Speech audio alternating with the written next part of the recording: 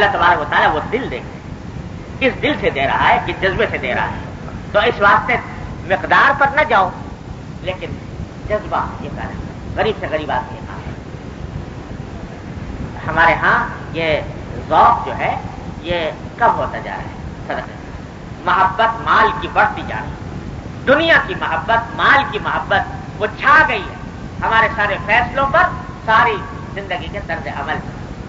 اور یہ صدقات اللہ تعالیٰ نے اسی کام کے لیے رکھے ہیں کہ محبت دنیا کی نکلے. جتنا انسان خرچ کرے گا اتنی ہی اس کی محبت، دنیا کی محبت انشاءاللہ کم ہو. اور یاد رکھو کہ یہ دنیا کی محبت ہی سارے فساد کی جڑ ہے، سارے گناہوں کا کی جڑ حدیث میں فرمایا یہ ہے دنیا کی محبت. تو اس کو نکالنے کا یہ طریقہ ہے. آسان کریں، ہر آمدنی کے اندر سے کچھ حصہ نکال کر رکھ لیا. بھائی یہ سب باتیں جو عرض کیا کرتا ہوں یہ کوئی جلسہ تقریر والی باتیں نہیں یا رسمی باتیں نہیں.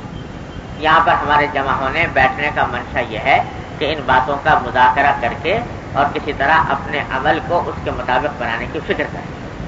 اگر یہ مقصد نہیں ہے سب بیکار ہے، بیٹھنا اٹھنا سب بیکار.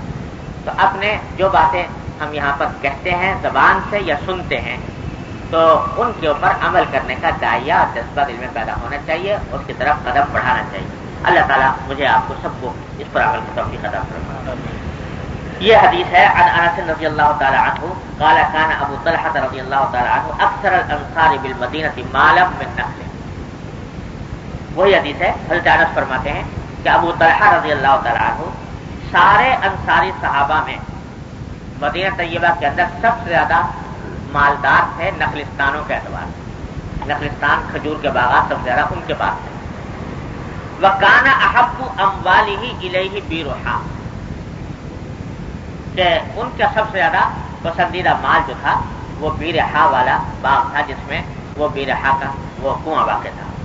وَكَانَتْ مُسْتَقْبِلَةَ الْمَسْجِدِ، اور یہ کنواں مسجد نبوی کے بالکل سامنے واقع تھا. اور یہ وہی کنواں تھا جو حضرات جن کو جانے کا اتفاق ہوا ہے تو یہ استفا منزل کی ہوا کرتی تھی وہاں مدینہ طیبہ میں. اس استفا منزل کے اندر تھا یہ کنواں اور اسی کے اندر یہ کنواں اب تک موجود تھا. اب تو جب سے وہ سب حصہ مسجد کے اندر آ گیا کہ اس کا نام و نشان باقی نہیں رہا، لیکن ہم کئی مرتبہ حاضری میں وہ اس کنویں سے سیراب ہونے کا اللہ تعالیٰ نے سعادت عطا فرمائی. وَكَانَ رسول اللہ صلی اللہ علیہ وسلم يدخلها ويشرب من ماء فيها طيب. حضرت صلی اللہ علیہ وسلم خود بھی اس باغ میں کثرت سے تشریف لے جاتے تھے اور وہاں کے اس بہترین پانی آپ نوش فرمایا کرتے تھے. قال انس، حضرت انس فرماتے ہیں کہ فلما نزلت هذه الآية، جب یہ آیت مبارکہ نازل ہوئی کہ لن تنالوا البر حتى تنفقوا مما تحبون، قام ابو طلحہ رضی اللہ عنہ الى رسول اللہ صلی اللہ علیہ وسلم. تو حضرت ابو طلحہ رضی اللہ تعالیٰ عنہ حضور اقدس صلی اللہ علیہ وسلم کی خدمت میں حاضر ہوئے اور آ کر عرض کیا کہ یا رسول اللہ ان اللہ تعالی انزل علیک لن تنالوا البر حتى تنفقوا مما تحبون. اللہ تعالیٰ نے آپ کے اوپر یہ آیت نازل فرمائی ہے کہ تم اس وقت تک نیکی کا مقام حاصل نہیں کر سکتے جب تک کہ خرچ نہ کرو اس مال سے جس سے تمہیں محبت ہے. وَإِنَّ أَحَبَّ مَالِي إِلَيَّ بِيرُحَا، اور میرے تمام مال میں مجھے سب سے زیادہ محبوب اپنا وہ بیرحا کا باغ ہے. وَإِنَّهَا صَدَقَةٌ لِلَّهِ تَعَالَى، اور آج میں اس کو صدقہ کرتا ہوں اللہ تبارک و تعالیٰ کے لیے. ارجو برہا وذخرہا عند اللہ تعالی، اور یہ اس لیے کر رہا ہوں کہ مجھے اللہ تبارک و تعالیٰ سے امید کرتا ہوں کہ اس صدقے کے بدلے میں اللہ تبارک و تعالیٰ مجھے نیکی کا مقام عطا فرمائے اور یہ میرے لیے آخرت میں ذخیرہ بنائے اس کو.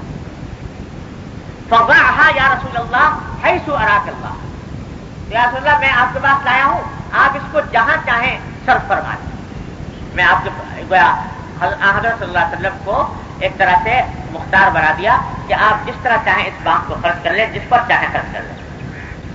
فقال رسول اللہ صلی اللہ علیہ وسلم بخ، تو آپ نے فرمایا کہ واہ واہ. یہ بخ یہ عربی زبان میں کلمہ ہوتا ہے جسے ہمارے اردو میں کہتے ہیں واہ واہ کسی کی تعریف کے وقت میں. تو آپ نے فرمایا واہ واہ ذالک مال رابح، یہ مال تو بڑا نفع بخش ہے. ذالک مال رابح 2 مرتبہ فرمایا اور فرمایا وقت سمعت ما قلت، میں نے سن لیا جو کچھ تم نے کہا، یعنی جو تم نے اپنا ارادہ ظاہر کیا ہے. وَإِنِّي أَرَىٰ أَن تَجْعَلَهَا فِي الْأَقْرَبِينَ، اور میری رائے یہ ہے کہ تم اس کو وقف کر دو یا صدقہ کر دو اپنے اقارب میں، اپنے رشتہ داروں میں. اشارہ اس بات کی طرف فرما دیا کہ صدقے میں سب سے افضل صدقہ وہ ہے جو اپنے عزیز رشتہ داروں کو کیا جائے، کیونکہ اس میں دو ثواب ہیں، ایک صدقے کا اور ایک صلہ رحمی کا. تو تم اگر یہ صدقہ کر رہے ہو تو اپنے قریب رشتہ داروں کے اندر کرو تاکہ تمہیں دونوں ثواب حاصل ہو.